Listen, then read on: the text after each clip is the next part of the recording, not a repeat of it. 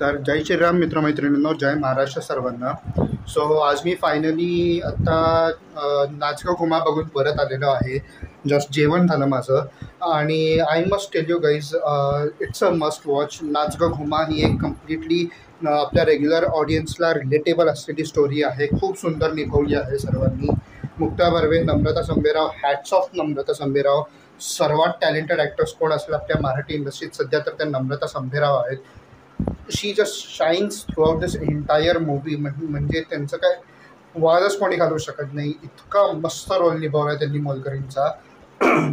Already हास्य जत्रामध्ये ते गाणं पोपट सुमारिया चौगुल्याचे हे आहेत, काय म्हणतात, मोलकरीण शेवंतीचा रोल करतात. सो त्याच्यातही आपण त्यांना बघितलंच आहे. सो इकडं आशाताई म्हणून त्यांचा रोल आहे, तो खूप खूप खूप सुंदर निभावला आहे त्यांनी. त्यांचे इमोशन्स खूप सुंदर दिसून येतात स्क्रीनवरती.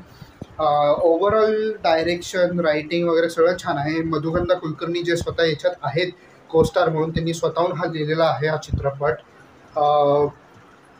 बेसिकली हा एक फॅमिली वॉच आहे, तुम्हाला आता सांगतो. तर फॅमिली म्हणून तुम्ही एकदा दोनदा तर गेलंच पाहिजे बघायला.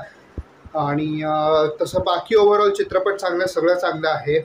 म्युझिक छान आहे. बॅकग्राऊंड म्युझिक युजली नाच का घुमा याचा टायटल ट्रॅकचंच बेसिकली सगळीकडे गाणं आहे. बाकीचे दोन गाणी ओव्हरऑल घेतली आहेत याच्यात. एक तर मुक्ता बर्वे आणि जो मेन लीड आहे त्यांचं नाव विसरलो मी आता सध्या, पुन्हा विसरले मी ॲक्च्युली, सारखं विसरतोय. बट त्या दोघांनी गायलं होतं त्यांच्या सिच्युएशनला घेऊन.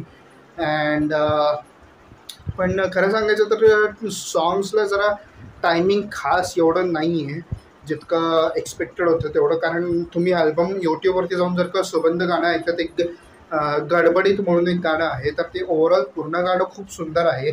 पण चित्रपटात थोडंसं ते वेगवेगळ्या टायमिंग्सला घेतलेलं आहे कट करून, त्यामुळे ते जरा टायमिंग मॅच नाही झालेलं त्याचा. आणि ते मधूनच एकदम जे मुक्ता बर्वेचं आणि तिच्या फॅमिलीचं, नंतर राणी आणि तिच्या नवऱ्याचं आणि मुलीचं एक मध्ये खूप मोठं एक असं, नॉट मोठं असं, मीडियम पेसला असलं एक सॉर्ट ऑफ रॅप टाईप गाणं एक आहे त्यांच्या सिच्युएशनवर आशा द्यायला काढल्यावर. सो ते एक गाणं आहे. पण ते जरा जास्त टायमिंग जमलेलं नाही आहे त्याचं. कारण I don't know, somewhere the writing was a little bit weaker it seems. आणि ओव्हरऑल पण अदरवाईज थोडंसं कॉमिक टायमिंगला घेऊन थोडीशी लॅकिंग होती compared to what it was return.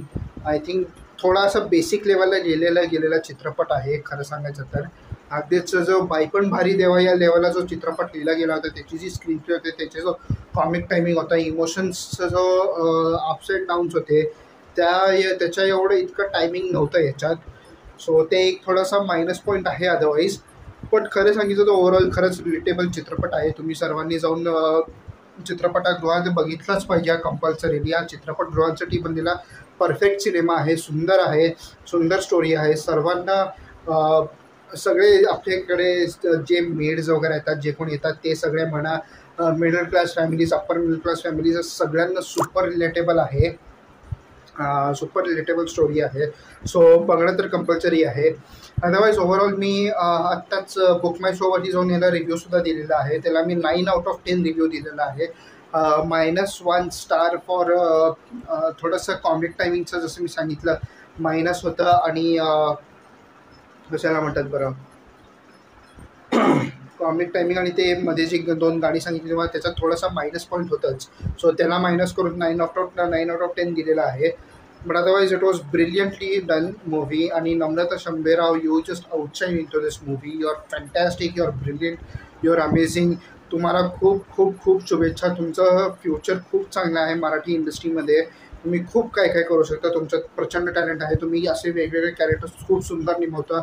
आम्ही असे जत्रा तर तुम्हाला रेग्युलरली बघतोच. सो ते एक खूप सुंदर काय म्हणतात ना, अभिनय आहे त्यांचा, असं म्हणता येईल आपल्याला. सो तेवढंच मी सांगेन सध्या तरी. आता याच्यात स्पॉयलर्स तर ऑलरेडी दिलेल्याच आहेत तसं बघितलं तर.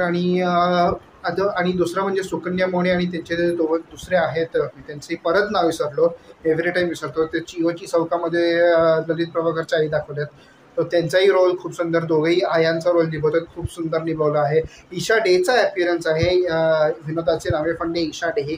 सो त्यांचाही रोल खूप सुंदर झाला आहे. खूप मिनिमम याला आहेत. दुसऱ्या घराच्या मालकीन दाखवल्या आहेत त्या बेसिकली जिथं नम्रता जाऊन काम करते, रात्र आशाताई तिथं जाऊन काम करतात. दुसरं घर असतं ते भारतदासांचं काम असतं. सो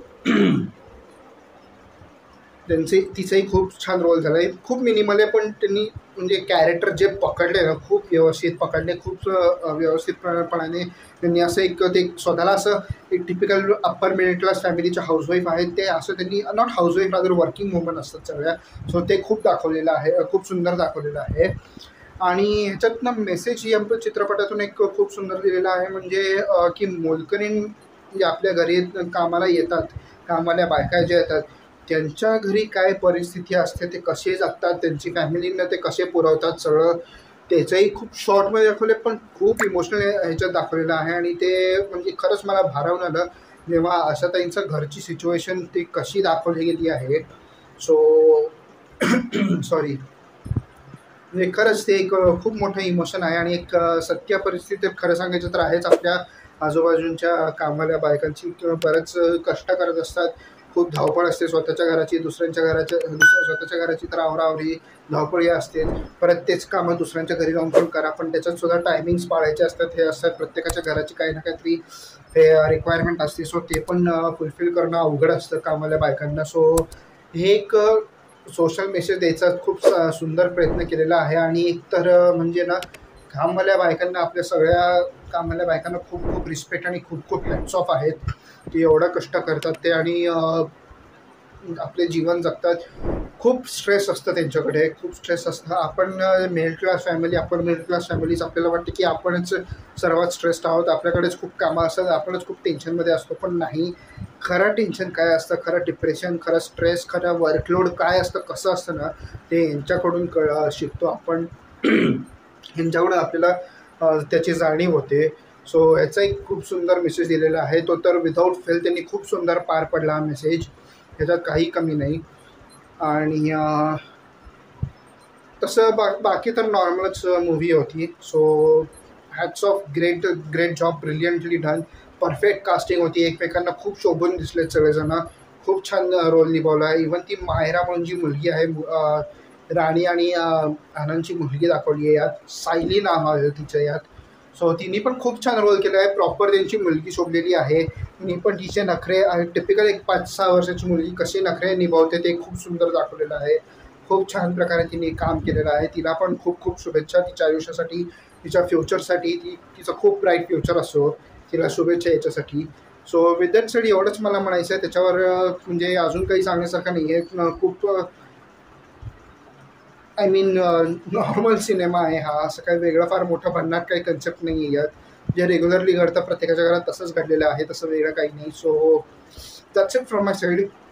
तुम्ही मला कमेंट सेक्शनमध्ये सांगा, नाच गा घुमा फॅमिली रादर नाच गा घुमाचे फॅन्स, नम्रता संभेरावचे फॅन्स आणि स्वप्नील जोशीचे फॅन्स, ते निर्माते आहेत या सिनेमाचे, परेश मोकाशी दिग्दर्शक आहेत. सो तुम्ही तुमचे पण विचार मला कमेंट सेक्शनमध्ये सांगू शकता. तुम्हाला कसा वाटला सिनेमा, तुमचे प्लस मायनस काय होते, तुम्हाला काय वाटलं की नम्रताची परफॉर्मन्स ॲज अ मोलकरीण आशाताई कशी होती, आणि बाकीच्यांचे परफॉर्मन्सबद्दल तुम्ही डिस्कशन करू शकता माझ्यावर कमेंट सेक्शनमध्ये.